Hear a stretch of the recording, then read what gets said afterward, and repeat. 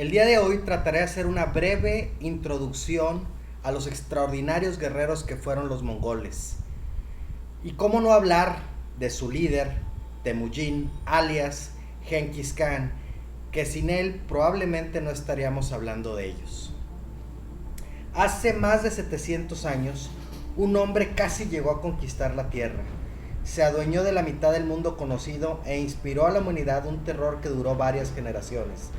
Durante el curso de su vida le dieron diversos nombres: carnicero poderoso, el castigo de Dios, guerrero perfecto y señor de los tronos y de las coronas. Nosotros le conocemos mejor como Genghis Khan. Contrariamente a la mayoría de los gobernantes, merecía todos sus títulos. Nosotros, educados en las tradiciones occidentales, hemos aprendido la lista de grandes capitanes que comienzan con Alejandro el Magno, prosigue con César y termina con Napoleón. Genghis Khan fue, por cierto, un conquistador de mucha mayor talla que los conocidos actores de la escena europea. Desde luego, es muy difícil medirle por el patrón vulgar. Cuando marchaba con su horda, atravesaba en lugar de millas grados de latitud y longitud. Con frecuencia a su paso, las ciudades quedaban borradas y desviando el curso de los ríos. Los desiertos veíanse poblados por los fugitivos y agonizantes.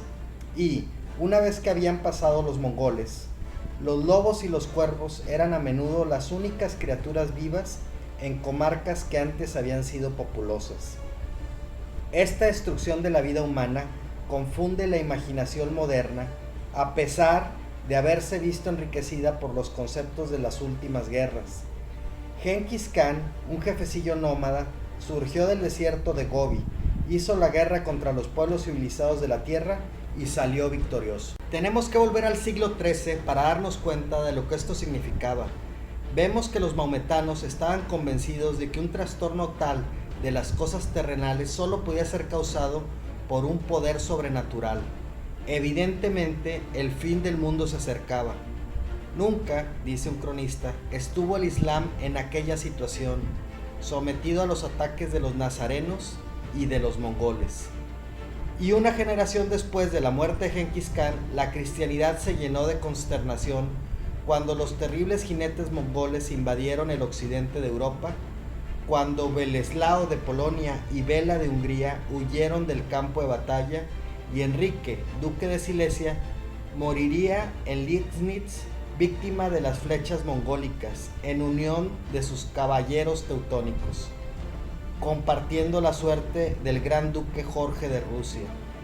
Y la hermosa reina Blanca de Castilla exclamaba dirigiéndose a San Luis: hijo mío, ¿dónde estás? Una cabeza más serena, Federico II de Alemania, escribía a Enrique III de Inglaterra que los tártaros no debían ser otra cosa que un castigo de Dios enviada a la cristiandad por sus muchos pecados, y que los tártaros como pueblo tenían que descender de las 10 extraviadas tribus de Israel que habían venerado el becerro de oro, siendo confinadas por su idolatría en los desiertos del Asia. El admirable Rogeiro Bacon opinaba que los mongoles eran los soldados del anticristo, que venían a recoger la última y terrible cosecha. Esta creencia se vio fortalecida por una curiosa profecía atribuida erróneamente a San Jerónimo, según la cual el día del anticristo una raza de turcos surgiría de la tierra de Gog y Magog, detrás de los montes del Asia, una raza sucia y corrompida que no consumía vino, sal ni trigo y que ocasionaría una catástrofe universal. Por lo tanto, el Papa convocó el Concilio de León, en parte para buscar un medio de contener a los mongoles, y el fuerte y venerable Juan de Plano Carpini, fraile de la Orden de Franciscanos, fue enviado a los mongoles como legado de la Santa Sede. Esto era lo que pensaban, porque tememos que de allí surja el peligro más próximo e inminente para la Iglesia de Dios. Y en las iglesias se ofrecieron plegarias para que el mundo se viese libre de la furia mongólica. Si esta devastación, si esta detención del progreso humano hubiese sido toda su historia, Genghis Khan no sería más que un segundo Atila o Alarico, un formidable vagabundo carente de finalidad. Pero el azote Era a la vez perfecto guerrero y señor de las coronas y los tronos. Y aquí nos encontramos frente al misterio que rodea a Genghis Khan, un nómada, un cazador y un pastor que supo vencer a las potencias de 3 imperios, el bárbaro que no había visto jamás una capital y que no sabía escribir redactó un código de leyes para 50 naciones. Entre los europeos, Napoleón es el que parece dotado de más brillante genio militar, pero no debemos olvidar que abandonó un ejército en Egipto, que dejó otro en las nieves de Rusia y que finalmente sufrió la catástrofe de Waterloo. Su imperio derrumbóse, su código fue rasgado y su hijo desheredado antes de su muerte. El celebrado hecho tiene cierto sabor teatral y el mismo Napoleón hace el efecto de un comediante. Necesariamente tenemos que volver a Alejandro el Magno, el joven temerario y victorioso, para hallar un genio conquistador semejante al de Genghis Khan.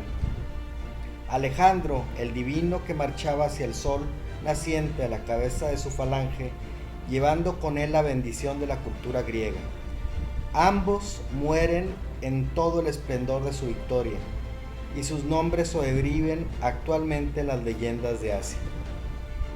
Solo después de su muerte, el alcance de sus hazañas difiere totalmente. Los generales de Alejandro pronto lucharon entre sí por los reinos que el hijo del héroe se vio obligado a abandonar.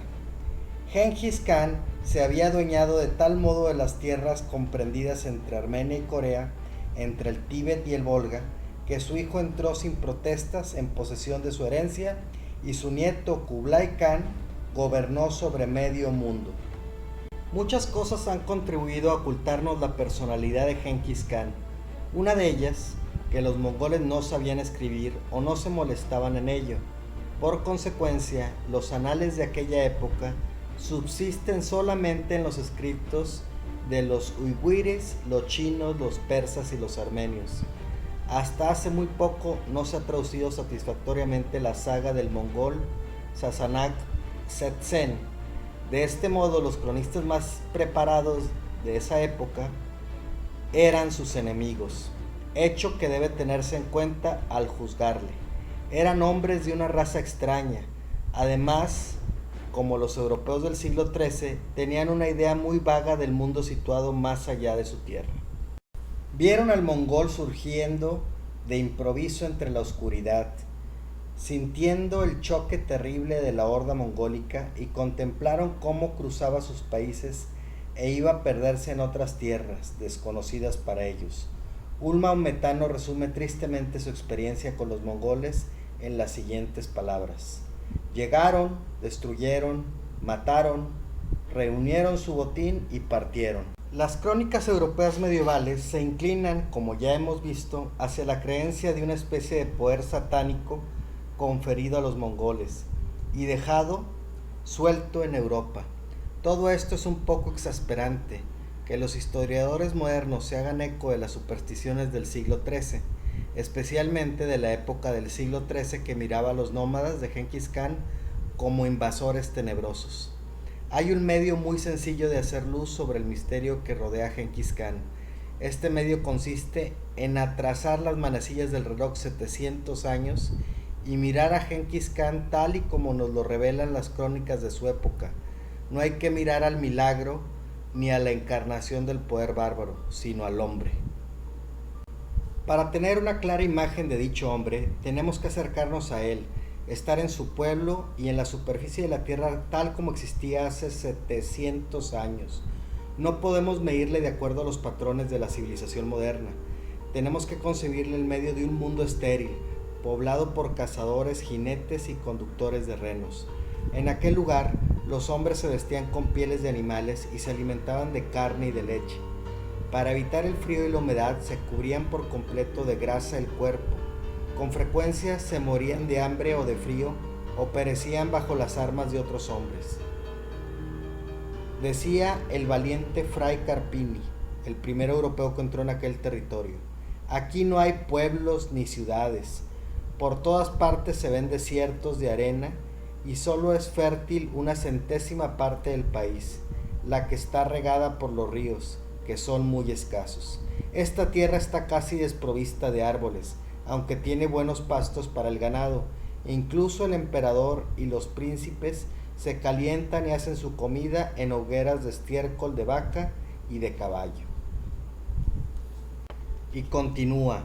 El clima es muy destemplado y en el centro del verano hay terribles tormentas de truenos y relámpagos que producen la muerte de muchas personas, e incluso entonces nieva y sopla un viento frío tan fuerte que a veces resulta difícil mantenerse a caballo. En una de dichas tempestades tuvimos que arrojarnos a tierra y no podíamos ver a través del polvo. También hay frecuentes granizadas y calores bruscos e insoportables, seguidos de un frío extremo. Tal era el desierto de Gobi en 1162, el año del puerco, según el calendario de los 12 animales. Y fue así como se dio esta cuasi leyenda de los mongoles, que a diferencia de Atila y otros bárbaros, ellos volvieron a reconectar el mundo. Si bien los romanos habían podido viajar hasta China a buscar seda, después de la caída de Roma, todas estas rutas se volvieron a perder. Y no fue hasta que Genghis Khan aseguró todos los caminos y concluyó con Kublai Khan, donde estos mercados se volvieron a abrir y el mundo se volvió a conectar. Por eso es muy importante lo que desarrollaron los mongoles. Espero que este video les haya gustado, y si quieren que continuemos en este tema, agreguen sus comentarios aquí abajo y díganme qué otra cosa les gustaría que platicáramos. Muchas gracias.